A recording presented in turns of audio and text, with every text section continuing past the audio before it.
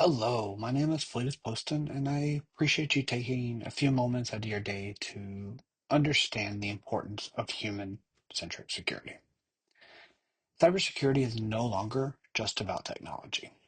It's about the human element, you and I, as it's very critical for organizations, and it starts from the time we wake up. Each and every one of us are responsible for the security both personally and professionally from the time we wake up until the time we go to bed. Per last year's Verizon Data Breach Report, approximately 82% of breaches involved a human factor, which highlights the need that organizations, and you and I, need to approach security with the human in mind. Data breaches are continuing to cost, and they're very costly. The latest statistics averaging just over $4 million per incident, depending on the size of your organization. Organizations, such as yours and myself, in which we work for must move beyond technology-only defenses and focus on securing our people. So during this presentation, we will explore how the move to a human-centric security strategy can help build resilient defenses, enabling your business to operate more efficiently, effectively, securely, while providing confidence to your customers, your stakeholders, and your board of advisors. Now, let's take a look at the threat landscape, the cybersecurity landscape since 2020. I pulled some data from the European Union Agency of Cybersecurity and charted it out for you here, showing the year-over-year changes in attack frequency since 2020. As you look at the chart, you will see that there's been a drastic transformation with approximately a 300% increase in the attacks from the research there. Additionally, while looking through Splunk's, Verizon, and other major industry firms, I was able to confirm that social engineering has now surpassed technical exploits as the prominent attack technique. As threat actors have realized and recognized that you and I are the path of least resistance to get inside of organizations.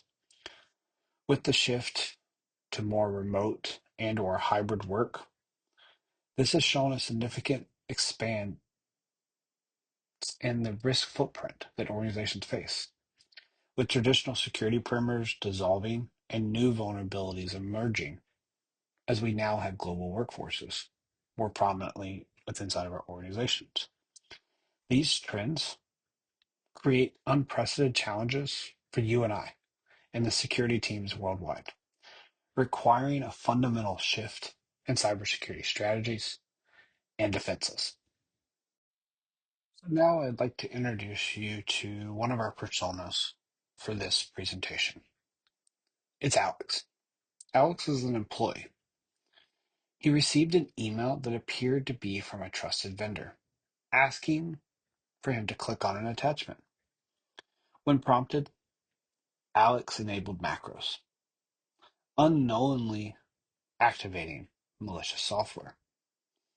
As we follow the timeline, this was at 9:42 on a Monday morning. If you're like me, when you get to the office on Monday morning, it's going to take you a little bit to get up to speed. You may get to the office at 8, 8:30. You open your email, you see how many messages you have. Then you walk to the break room and get your cup of coffee. And you heat up your breakfast if you brought it in with you. And then you'll come back to your desk and you'll peruse through your emails and start interacting with them for the day. As you can see at 9:42, Alex received an urgent invoice, which appeared to be from a trusted vendor. And then at 9:45, he enabled that macro and downloaded some malicious software. Now fast forward. He's been working all day, he's went to lunch, he's had his meetings, and now it's approximately 4:30. The IT team notices some unusual network traffic, and they begin to investigate. Oops, it's Tuesday at 6. 12 a.m. The ransomware has been fully deployed, locking the company's systems, and now there's a note demanding $1.2 million ransom. So, Fleetus, why did you introduce Alex to me here? I introduced you to Alex as this is a use case that your organization may face. Employees relax over the weekend, come into the office on Monday, and may not be fully ready to tackle the day. And as we've talked in the previous slide, it starts with you and I. So as we go through this presentation, need to talk about why it's important to enable our employees to be our best defense, no matter if it's Monday, Wednesday, Friday, or if they're working nights or weekends.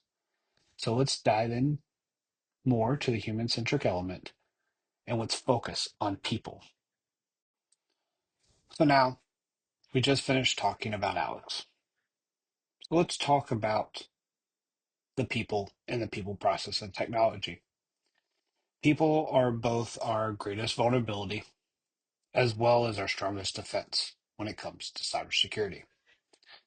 I shared an anecdote when we were talking about the persona with Alex and in the previous slide that security literally starts from the moment we wake up. As soon as our feet hit the floor, if you're like me, you pick up your cell phone.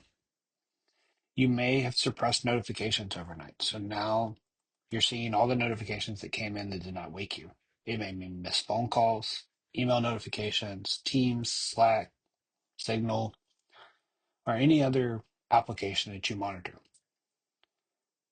If you are not fully awake, you may even notice an MFA prompt asking you to click yes, no. And without thinking about it, you accept that. And then you put the phone down, start getting ready for the day. What you just did is likely enabled an adversary who had found your password, as we're going to talk through phishing attacks here in a moment, and tried it. As soon as they entered your password that they found from a leaked website, because you're reusing passwords, they tried it on your corporate account. And they sent you an MFA push notification.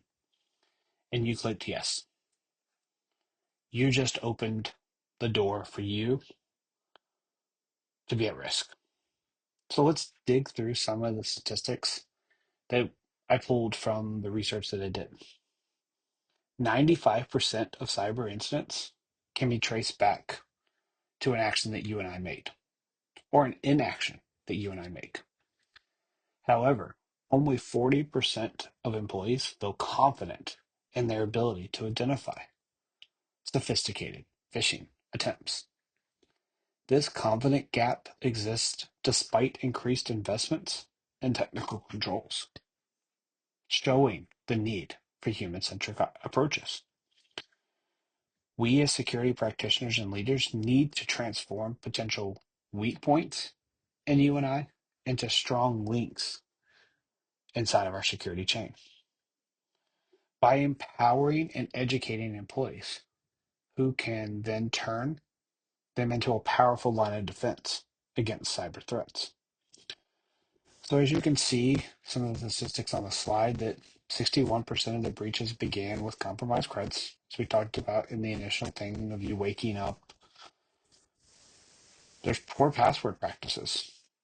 Over 50% of the people interviewed say they reuse their passwords across multiple accounts.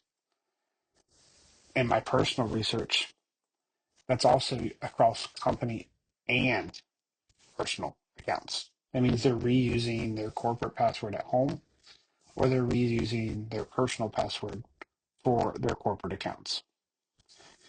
Next is device misuse. 70% of employees use unauthorized apps on their work device. You're saying, Fleetus, I would never do such a thing.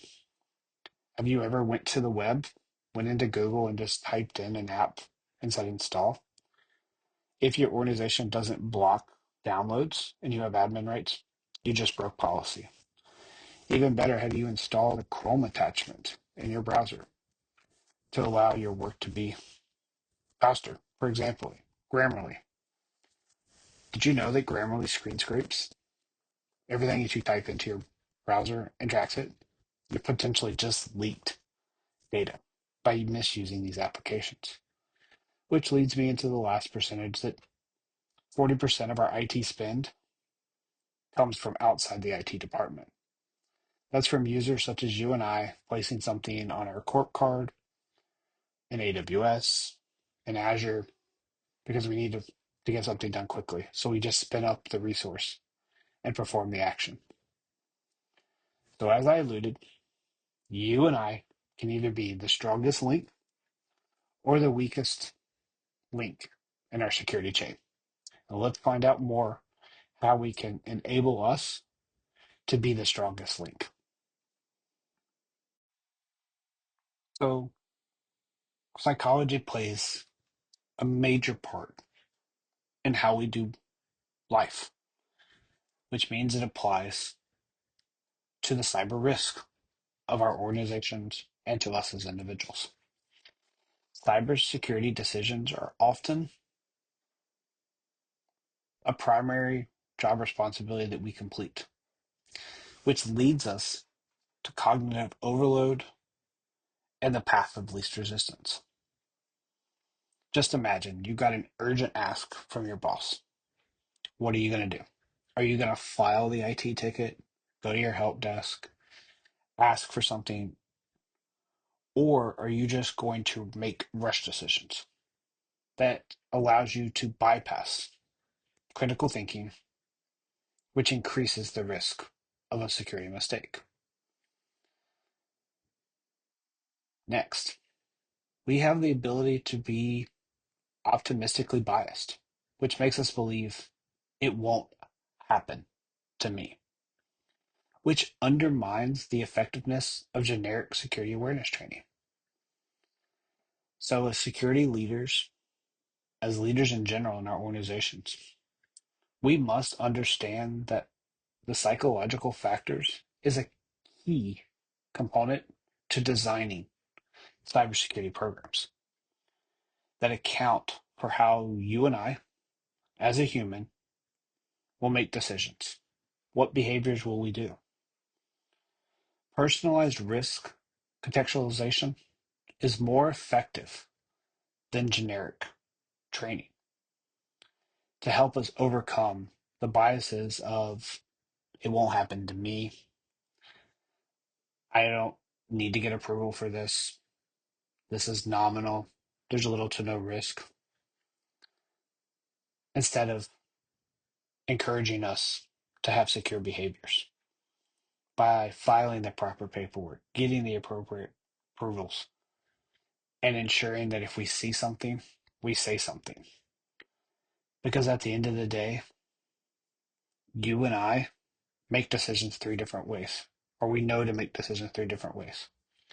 It's either from formal training, we got a degree, we went to a boot camp. It's through the school of hard knocks. We've had our identity stolen, we've been robbed, we've touched a hot stove and burned ourselves. Or it's from trial and error. You forgot to tie your shoes, so you fell down.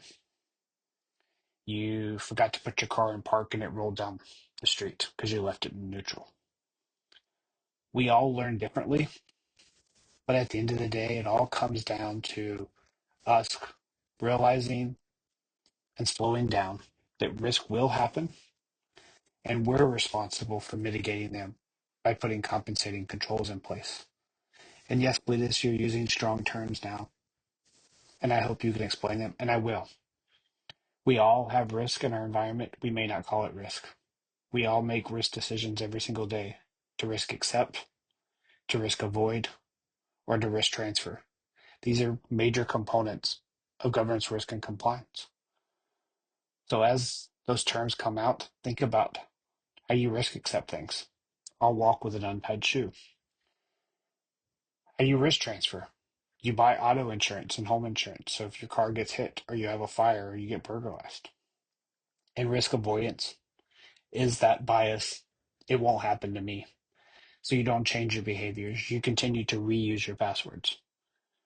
You don't check to make sure that you're downloading from a safe site and you put your credit card into untrustworthy sites to potentially leak your data to allow your identity to be stolen. So, my challenge here on this slide is stop, think, assess, and remember it's okay to slow down. Worst case, put your hands behind your back, count to 5 before you click that email, or download a piece of software, or give away your credit card information. So now let's talk about how and why we should build a human-centric culture. Building a strong security culture is critical. It helps protect you and I against the cyber threats that we've been discussing for the last 15 minutes or so now. I'm going to explore 3 key elements that can help you transform yourself and your organization's approach. The first is contextualization awareness. This is providing role specific training with real world situations and scenarios to make it more relevant. So, for example, for the talent manager, explain what a resume file looks like. It should be a, a text file, a Word file, or a PDF. Share with them that it should be approximately this size. Pay attention to the sizes of resumes. Share what it looks like when they open it and what prompts they should be. So for back to Alex, they should not be forced to enable a macro to read a resume. So giving them training that's specific to their job, i.e. the talent manager who has to look at the resume that's sent to them, either in their learning management or HR tool, or if it was directly emailed to them. Next is gamified learning. Organizations should incorporate competitive elements to drive engagement and participation. This could be giving out stickers, plush toys on their desk, or doing a gamified capture the flag where you embed clues in your policies and procedures and you have your employees navigate and find those clues. This does 2 points for you. It allows them to gain points, but it also allows them to navigate your internal site to find these policies and procedures. And they're not just having to find them during their annual training or during role-based training or when they get hired, but you're having them go find and review these policies, or at least the location of these policies, to get their flag for the capture the flag event. This could also be turning a tabletop exercise into a security awareness exercise for your Security Awareness Month topic. Think about ways to incorporate gamification between departments, between managers under the single director, to make it healthy, competitive, and also engaging instead of just reading a PDF or attending an online training. Which leads me into the last one, which is positive reinforcement. We need to recognize secure behavior rather than just punishing the mistakes. For example, when calling people out, say my peer fell for the phishing attack, not the end user. Thank the help desk analysts who escalated the social engineering attempt by giving them a shout out in the newsletter, in the next all hands meeting, or by offering a lunch or a coffee break with the CISO. These are ways to enforce positive behavior, and it's also known as giving carrot and not stick. With each of these, you're helping build a security culture that is healthy and open for people to see something and say something, including if they are the one who clicks on that phishing email or gives away information, because they know that they have the support of their organization to help them remediate the issue and train them on how not to do it again. So my goal now for this next slide is empowerment. We're here to explore how organizations can empower you and I as employees to be cyber defenders through various initiatives. The first is build a security champion program, distributing security advocates across all departments to help bridge the gap between the security teams and your lines of businesses. These champions can receive advanced training and serve as the frontline advisors for their colleagues. This could be by giving them security moments to have during their staff meetings. This could be having them advocate for password management, MFA, social engineering, and just teaching them ways to be your eyes and ears. Security champions started with development teams to help with secure coding inside of the secure development lifecycle. It's now been adopted by legal, HR, marketing, and even your IT teams to help move the needle and build a human-centric culture where their thoughts are heard and that you're building policies and procedures that allow them to do their job, not to cause obstacles. The next is just-in-time learning. This is delivering micro, tiny, bite-sized learning at critical decision points rather than at a large, infrequent training block. This could be with a YouTube short. This could be a 1-minute simulation of a phishing email. And this helps provide contextual alerts for the employees to make better decisions in real time. And finally, recognition and rewards. We talked about this in the previous slide with positive reinforcement. You need to celebrate security wins publicly and rewarding vigilant behavior. This can be formal recognition in a report. This could be informal with an attaboy or a thank you email. This could also be monetary, where you give them gift cards or take them to lunch or to dinner, or to give them a gift by putting them into a drawing. Organizations using formal recognition report that twice the incident detection rate of those without the initiative. So think about that for a moment. So, as we're sharing success stories from financial firms, think about what it can reduce. If you're thinking about healthcare, what could that look like if we're protecting our patients' data? Because we want to encourage the say something culture, no matter what the issue is. So our key takeaway here is that by empowering you and I as employees, we're building more cyber defenders, thus making your organization dynamically faster, smarter, and well-positioned to spot the next phishing email, potential malware, or other security events from tailgating into the building to help build and improve your organization's security posture.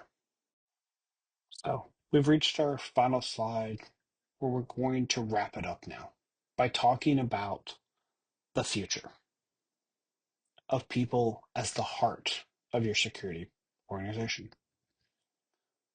So the future of cybersecurity will be defined by how organizations put their people first, thinking that without the heart, your body will not operate because it's not pumping the blood, which is not giving oxygen to the brain, which allows your hands and feet to work. So it starts with us, the people, for our organization. Our ultimate goal is life. We need to protect the employees who work for us and our customers. Technology comes second, policies and procedures follow. So let's talk about the importance of ongoing education. Ongoing security education must evolve beyond just compliance. It needs to be an engaging and continuous process that adapts to the new threats we're facing. If that's supply chain attacks, ransomware, malware, social engineering, such as deepfakes from generative AI. Next, we have to ensure we have empathy. We need to meet the people where they're at. Depending on the generational gaps of your organization, you're going to have multi-generational employees. They're all going to adapt differently to the policies and procedures you put in place, to the security controls that are stopping or enabling them to do their job, because they do enable as much as they stop. So we must design in ways that recognize human limitations and works with our natural behaviors, not against them. Because as a good friend of mine said, the time that security stops the business isn't wrong, security is. Because security's job is to enable the business to do their job effectively and efficiently with nominal impediments. So by understanding the cognitive biases that you and I have and our workload constraints, we can make security the easier choice, the one that they make from the beginning. So the ultimate transformation is when we empower employees as active security partners. Each team member becomes the cybersecurity hero. They're equipped with knowledge, tools, and confidence to protect themselves first and then the organization. This human-centric approach doesn't just improve security metrics, it fundamentally changes how we perceive and implement cybersecurity. I hope you've enjoyed this presentation. I hope that you learned something new today that you can apply either personally or professionally. And just remember, you and I are at the forefront of cybersecurity. Because as I started with, security starts from the time we wake up until we go to bed. We are inundated with phishing attempts both in our email and on our phones. We get spam calls, robocalls all day long. We're seeing more and more pop-ups, not just on our laptops and our mobile phones, but they're now showing up on our smart devices in our homes. So be careful. Stop, think, and assess before you click. And when in doubt, call your IT security team and say, I need your help. I think there's a problem. And hopefully your security team is willing and able because they've started implementing the human-centric security culture. So with that, I appreciate your time. Please like and subscribe, and I look forward to sharing more information with you in future videos. Until then, stay safe and stay secure. And remember, you and I are the best that we can do to protect our organizations. Keep fighting the fight and stay safe and stay secure, everyone.